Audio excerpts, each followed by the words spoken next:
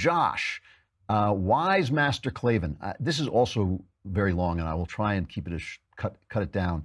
Recently, my sister has told me about some of her extensive beliefs in topics such as MK Ultra, Project Monarch, and governmental connection to extraterrestrials. Monarch and MK Ultra are conspiracy theories that the CIA controlled people's minds. Okay.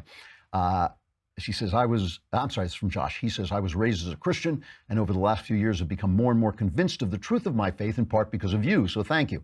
As my sister told me about some of these beliefs of hers, I could not help but feel she has lost complete touch with reality. She says some of her beliefs are so outlandish and there seems to be no firm base for her to hold up these beliefs, such as reason and logic, because even your thoughts and memories, she believes, even your loved ones, could be manipulated by the mysterious they, according to her beliefs.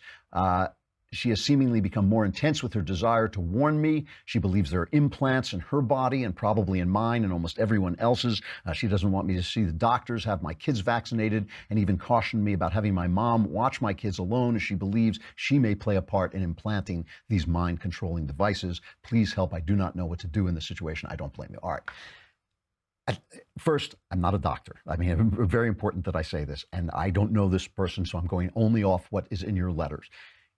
If this were me and somebody I loved were telling me this, I would be deeply concerned about this person's mental health. I don't know how old your sister is. If she is a younger person, this is when diseases like schizophrenia and paranoid schizophrenia appear, and they can cause you to have these belief systems that are impervious to logic because they take away, all the things that logic is composed of, like induction, like free thought, all those things that make for a reasonable argument.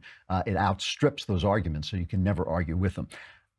If I were you, I have to say, in this situation, if it's as bad as it sounds here, I would contact, when I worked on a suicide hotline, essentially, they had references you could go to. One of them was called the National Alliance on Mental Illness, and they have lots and lots of things that can help you deal with this and possibly help her. It may not be possible to get her to see somebody. It may not, but you have to deal with it because what she's talking about is seriously bad stuff. This is not something like, if I can just find the right argument, she'll go like, of course. This is something that is obviously hooked into her head and very hard to get rid of. And it could be trouble. I don't blame you for being worried about it. I would contact the experts. NAMI, it's called NAMI, the National Alliance on Mental Illness.